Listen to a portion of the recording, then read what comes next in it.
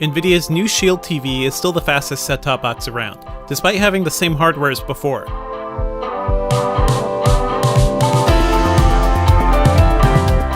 This new model is significantly smaller and includes both a redesigned gaming controller and a slim remote.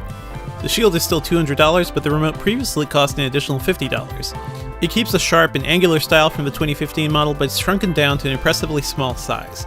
The box is only slightly wider than its remote, which means it won't be too tough to hide in your entertainment center. On the back you've got two USB 3.0 ports, an Ethernet jack, and the usual HDMI and power connections.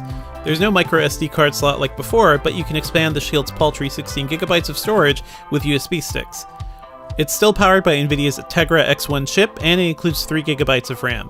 It's disappointing that not much has changed, but the new Shield is still more powerful than every other streaming box on the market.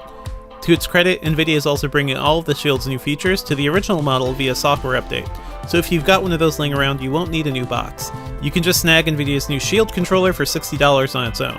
And really, that new controller is the biggest upgrade this time around. It's slimmer and easier to hold than the last one, which was a bulky first-gen mess. It's simply better in just about every way. All the buttons feel more responsive, and the analog sticks are much more fluid.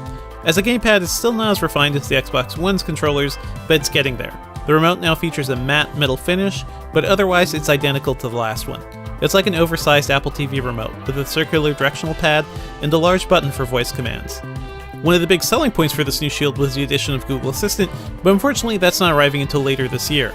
For now, you can use voice commands to find things like apps and things to watch, or ask basic questions about the weather or recent sports games. And even though the Shield TV is running Android Nougat, the actual Android TV interface hasn't changed a bit. It's still a powerful little media box, so the Shield didn't break a sweat when launching and hopping between streaming video apps, and it handled 4K HDR content from Netflix and Amazon Video just as well as Roku's Ultra. And yes, you heard that right, the new Shield is the first Android TV set-top box to include Amazon Video support. That's something that Google's own Chromecast doesn't work with. Honestly, it's hard to be surprised by any media box these days. Where the Shield really shines is with games. It sports a revamped version of NVIDIA's GeForce Now game streaming service, which is powered by GTX 10 series class GPUs. I was able to load up The Witcher 3 in about the same time it takes to launch on my gaming rig, and while I was playing it, I couldn't tell the game was actually being rendered on a remote server and streamed to me over the internet. At 1080p and ultra graphics settings, it simply looked great. I had to look very hard to find compression artifacts, and the only truly noticeable issue was the occasional audio dropout. Most importantly, I didn't feel any lag while controlling The Witcher 3's main character, Geralt.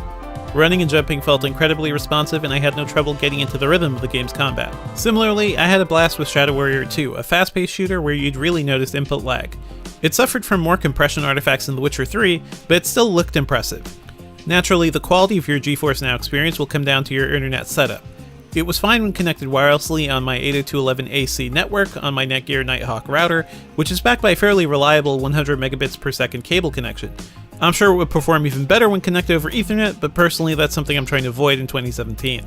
The streaming service will also cost you. It's $7.99 a month for access to a select library of games, and you'll have to buy new titles at full price. If you just want to stream games from your PC, there's NVIDIA's Game Stream feature, which is only available to GeForce video card owners. It was a cinch getting Gears of War 4 streamed to my TV at 1440p with ultra quality settings. There wasn't any lag or compression artifacts. It looked like I just strung a long HDMI cable to my TV from my PC. Even the game's surround sound carried over without any major tweaking.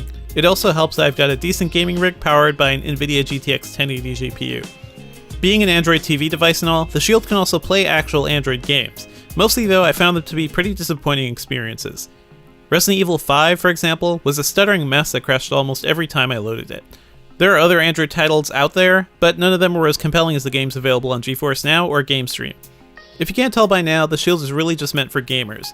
There are countless cheaper video streaming options out there, like the Apple TV and all of Roku's devices, which can also handle 4K and HDR videos. And even in the gaming arena, it's going against Valve's $50 Steam Link, which can also bring PC games to any TV in your home. That device also works with a variety of controllers like the Xbox One and PlayStation 4's, as well as Valve's $50 Steam controller. At $200, the Shield TV is a better deal than before, but still very much a niche set-top box for gamers with money to burn.